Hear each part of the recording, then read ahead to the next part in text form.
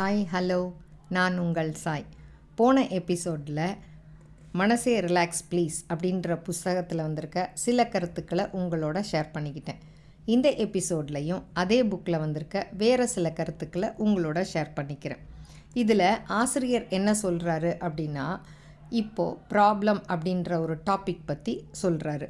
அதாவது நிறைய பேர் இன்றைய தினப்படி வாழ்க்கையில் அதிகமாக பயன்படுத்தும் நெகட்டிவ் வேர்டு ப்ராப்ளம் அப்படிங்கிறது தான்.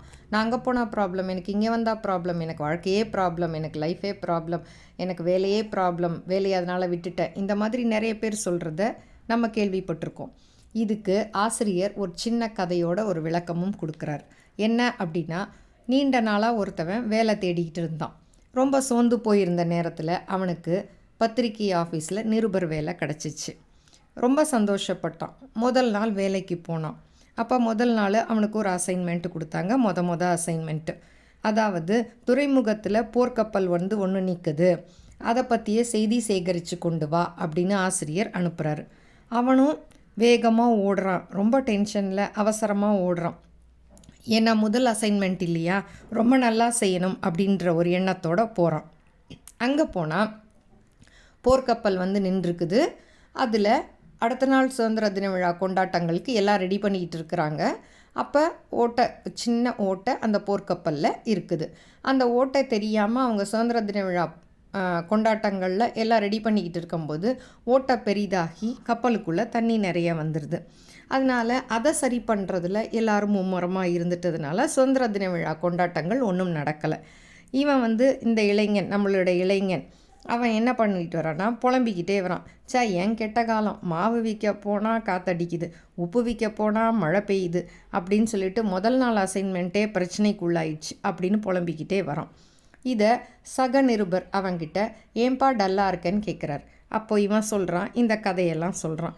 உடனே அடப்பாவி, கப்பலில் ஓட்டை இருக்குது, சுதந்திர தின விழா கொண்டாட்டங்கள்லாம் நாளைக்கு நடக்க போயிருக்குது, நின்று போயிருக்குது, இதுதான்டா பெரிய நியூஸு, இதுதானடா முதல் பக்கத்திலே வரணும், அதை விட்டுட்டு என்ன செய்தி சேகரிக்கிறதுன்னு நீ இப்படி உட்காந்துருக்கியேன்னு சொல்லிட்டு இவன் ஓடுறான் வண்டி எடுத்துக்கிட்டு துறைமுகத்துக்கு போய் எல்லா செய்திகளையும் சேகரித்து கொண்டு வரான். இவன் முதல் பக்க நியூஸாக இதை போட்டுறான். அது ஹிட் ஆகிடுது. இதிலேருந்து ஆசிரியர் என்ன சொல்கிறாரு அப்படின்னா, பிரச்சனை அப்படின்றது எல்லாருக்கும் வரக்கூடிய ஒன்று. வீட்டுக்கு வீடு வாசப்படி. இதை பிரச்சனை அப்படின்னு நினச்சி சோர்ந்து போய் உட்காரக்கூடாது. இதை நம்ம திறமையை நிரூபிக்க கிடைக்கிற ஒரு சான்ஸ் அப்படின்னு நம்ம எடுத்துக்கணும். ஏன்னா வாழ்க்கை அப்படிங்கிறது பல பிரச்சனைகள் நிரம்பியது தான். எல்லாருக்கும் எல்லாம் கிடச்சிடாது. பிரச்சனைகளோடு இருக்கிறது தாங்க ரொம்ப சுவாரஸ்யமானது.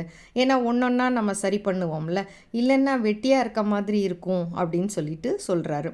எதிர்பாராமல் வர்ற வாய்ப்புகள் எல்லாம் இந்த பிரச்சனைகளின் மூலமாகத்தான் வருது. ஒரு பிரச்சனை வந்தால் தான் அதில் எதிர்பாராமல் ஒரு வாய்ப்பு கிடைக்கும். நம்ம அந்த வாய்ப்பை சரியானபடி யூஸ் பண்ணி நம்ம ஃபேமஸ் ஆகிறதுக்கு ஒரு ஆப்பர்ச்சுனிட்டியாக எடுத்துக்கணும் அப்படின்னு சொல்கிறார். இந்த இளைஞன் மாதிரி எல்லாத்தையும் பிரச்சனையாக எடுத்துக்காமல் அதை நமக்கு நம்மளோட திறமைக்கு கிடச்சிருக்க ஒரு ஆப்பர்ச்சுனிட்டின்னு நினச்சிக்கிட்டு அதை செஞ்சீங்க அப்படின்னா வெற்றி நமக்கு தான் அப்படின்னு சொல்கிறாரு. அதனால் இன்னையிலேருந்து எல்லாரும் புலம்புறதை நிறுத்துங்க, நமக்கு கிடச்சிருக்கிறது நன்மையாகவே எல்லாம் இருக்கிறது அப்படின்னு நினைங்க அப்படின்னு சொல்லிட்டு சுவாமிஜி இதில் பிரச்சனையா வாய்ப்பா அப்படின்ற ஒரு தலைப்பில் இவ்வளவு சொல்லியிருக்கிறாருங்க. எனக்கு இது ரொம்ப பிடிச்சிருக்கு, உங்களோட ஷேர் பண்ணிக்கிட்டேன். உங்களுக்கு ரொம்ப பிடிச்சிருந்தா என்னோடய வீடியோவை நிறைய பேருக்கு ஷேர் பண்ணுங்கள், சப்ஸ்கிரைப் பண்ணுங்கள், லைக் பண்ணுங்கள். அன்புடன் சாய். மீண்டும் நெக்ஸ்ட் வீடியோவில் நல்ல ஒரு கருத்தோடு உங்களை மீட் பண்ணுறேன். வாழ்க வளமுடன். அன்புடன் சாய்.